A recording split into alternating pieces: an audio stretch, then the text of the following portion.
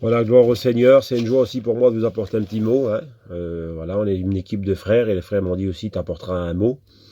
Je le fais. C'est pas évident pour nous de prêcher comme ça chez nous dans un camping ou dans un chalet, mais on le fait de tout notre cœur parce qu'il y a aussi des besoins et les gens ne peuvent pas se déplacer pour aller à la réunion, on peut pas se visiter. On est chez nous, on le sait, mais je crois que Dieu parle. Il n'y a pas de distance pour lui.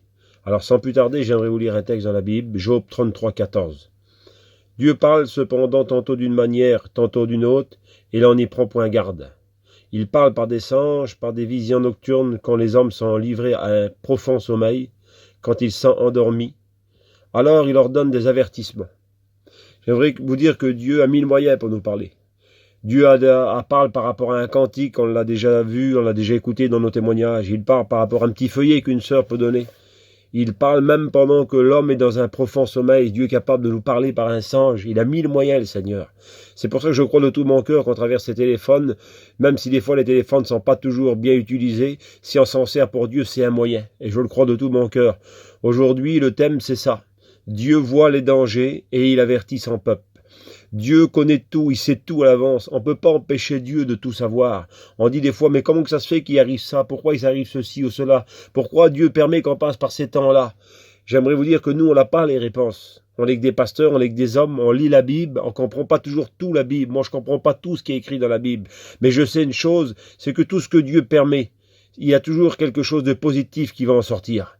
Dieu voit les dangers. J'ai écouté un jour un témoignage d'une petite fille qui avait une dizaine d'années qui était là au bord de la mer et avec sa famille. Et c'était l'époque du tsunami en 2004. Vous l'avez tous vu à la télé, on l'a écouté parler. C'était en Thaïlande. Et puis comme ce grand tsunami est arrivé juste avant qu'il arrive, la petite fille qui était là, elle était capable de dire au maître d'hôtel qui était là, monsieur, faites sortir tout le monde d'ici de l'hôtel parce qu'il y a un tsunami qui arrive. Et le maître d'hôtel a dit, comment que tu peux savoir ça, ma petite fille, t'as 10 ans? A dit, je viens d'une école en Angleterre et le professeur m'a expliqué comment arrive un tsunami. Il m'a expliqué que les vagues se retirent et ensuite, il a tout donné dans les détails comment un tsunami est arrivé. Et cet homme a eu l'intelligence de l'écouter. Ça l'a pris 10 minutes, je ne sais pas combien de temps, mais très vite, il a évacué tout le monde de l'hôtel. Et cette petite fille ne s'était pas trempée parce qu'elle avait été avertie avant. Et le tsunami est arrivé, mais elle a été épargnée et tous ces gens ont péri. Il y a plein, des millions de personnes qui sont mortes dans ce tsunami, vous êtes au courant. Mais elle a été avertie. Et j'aimerais vous dire ceci, c'est qu'aujourd'hui, il y a plein de choses qui se passent. On peut pas vous dire exactement, il y en a qui nous posent des questions, mais alors qu'est-ce qui se passe? Est-ce que Jésus revient maintenant ou est-ce que ces événements-là font partie de la Bible? Mais j'aimerais vous dire que Dieu voit tout, il est sur son trône, il sait toutes choses. Mais je sais une chose, c'est que la Bible ne ment pas. La Bible dit que pendant le temps du déluge, la patience de Dieu se prolongeait. Imaginez-vous un petit peu, Dieu est tellement patient.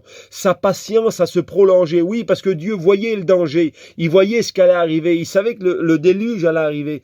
Et les gens ne voulaient pas écouter. Alors Dieu prolongeait sa patience. Ça me fait penser un peu au père du fils prodigue. Lorsque le fils est parti, j'imagine le père, comment il devait attendre son fils, il était là. Et quand le fils a décidé de revenir, le père était dehors et il a couru en avant. C'est parce qu'il savait que son fils allait arriver. Et il l'attendait les bras ouverts. La patience qu'il avait le père. Et lorsque le fils est revenu, le père ne lui a pas demandé d'aller se nettoyer, de mettre des beaux vêtements, non. Il l'a pris d'abord dans ses bras. J'aimerais vous dire que ceux qui sont partis de la maison de Dieu, on n'a plus le temps de se nettoyer spirituellement, on n'a plus le temps de se préparer, on n'a plus le temps de dire on va attendre que cette crise passe, on va attendre que ce problème que nous passons en ce moment avec ce coronavirus, que ça passe, et puis après on verra, parce qu'il y a beaucoup de gens qui en plein d'idées. Je parle avec des inconvertis comme moi, comme vous voyez autour de vous, il y en a plein qui disent, ils ont peur de ce qui se passe, mais il semblerait qu'ils n'ont pas peur que Jésus va venir chercher son église. Il semblerait que c'est pas le réel souci. J'aimerais vous dire que le diable aveugle l'intelligence. La Bible dit dans 2 Corinthiens 4 que le diable aveugle l'intelligence des gens de ce siècle pour pas qu'ils voient ce qui se passe. J'aimerais vous dire ce qui se passe autour de nous. Ce sont des choses que la Bible avait annoncées. Dieu avait dit quand ces choses commenceront à arriver, alors levez vos têtes parce que votre délivrance approche. Et la Bible dit que Noé, lui, il a été averti. Et c'est par la foi que Noé fut divinement averti des choses qu'on ne voyait pas encore. Alors il y a des choses qu'on ne voit pas. On voit pas ce qui va arriver devant. Même les gars âgés le disent, on part dans l'inconnu. On est dans l'inconnu, on ne sait pas ce qui va arriver devant. Mais Dieu, il semblerait qu'il avertisse son peuple à se préparer. Et si c'était le moyen de Dieu pour qu'on puisse rentrer dans notre chambre, là on n'a pas le choix de faire autrement, d'être chez nous. Alors on a du temps pour passer avec lui. Et si c'était le temps de Dieu pour que le peuple se prépare, pour que les rétrogrades reviennent à la raison de dire Seigneur, j'ai perdu trop de temps, pour que les chrétiens, qu'ils étaient un peu chancelants, qu'ils puissent comprendre, parce que Noé a été averti des choses qu'il ne voyait pas encore, mais la Bible dit qu'il a été saisi d'une crainte. Il y a eu une crainte dans son cœur. Et ce qui touche mon cœur, c'est comme beaucoup de serviteurs de Dieu, nous le voyons. On voit beaucoup de gens qui se tracassent, mais la crainte de Jésus, il semblerait qu'ils l'ont pas dans leur cœur. Peut-être certains reviennent à Dieu, mais il y en aurait beaucoup plus qui devraient le faire. Il y en aurait tellement qui devraient dire, Seigneur, mais où j'en suis dans ma vie avec toi? Où j'en suis avec toi? Qu'est-ce que je fais pour toi? Et vous savez, je pensais un jour à la parabole que Jésus avait donnée par rapport à ces deux maisons. Il a dit, il y a une maison qui est bâtie sur le sable et il y a une maison qui est bâtie sur le roc. Et nous savons que lorsque les vents vont souffler, lorsque la mer va se déchaîner, celle qui est bâtie sur le roc, elle va rester solide, elle ne bougera pas, mais celle qui est bâtie sur le sable va s'écrouler. Et Jésus avait donné une image. En parlant de la maison, il parle de ta vie. Il ne parle pas des murs, il parle d'une âme, d'une personne. Mais il avait fait comprendre en travers ces deux maisons. Et j'étais en train de réfléchir, je dis, Seigneur, si on aurait vu, nous, des deux maisons comme ça devant nous, on n'aurait pas su c'était quelle la plus solide, parce qu'ils avaient la même aspect. Mais c'était, ce qui la rendait solide, c'était la profondeur. Mais on ne le voyait pas, la profondeur. Mais vous savez, ce qui nous a permis de savoir laquelle était solide, c'est à cause des tempêtes, c'est à cause du vent, c'est à cause des vagues de la mer, c'est à cause des problèmes de la vie. À cause de tout ce qui avait frappé cette maison, elle a tenu. J'aimerais vous dire qu'aujourd'hui, c'est pas facile. On peut pas vous dire que c'est simple, on peut pas vous dire que tout va aller mieux. Mais j'aimerais vous dire que même si les tempêtes frappent dans ta vie, même si le vent se déchaîne, même s'il y a des pleurs, même s'il y a des deuils pour certains, la maison qui est bâtie sur le roc, qui est Jésus, va tenir, mes frères et sœurs. La maison qui est solide, c'est celle qui est bâtie sur Jésus, c'est pas une autre. Un chrétien, il a une sécurité dans son cœur. Le psaume 4,9 dit ceci, je me couche et je m'endors dans la paix. Pourquoi, Seigneur? Parce que c'est toi qui me donnes de la sécurité dans ma demeure. La seule sécurité, mes frères, aujourd'hui. Merci à Dieu pour ceux qui ont les moyens, pour ceux qui ont plus que d'autres, pour ceux qui ont de l'argent, tant mieux, merci, que Dieu vous bénisse. Mais vous le savez comme moi aujourd'hui, c'est pas une sécurité avec tout ce qu'on écoute. La réelle sécurité, c'est quoi? C'est avoir la paix de Dieu. C'est avoir une vie fondée sur l'écriture. Il est dit dans Jean 14, 27, je vais bientôt terminer.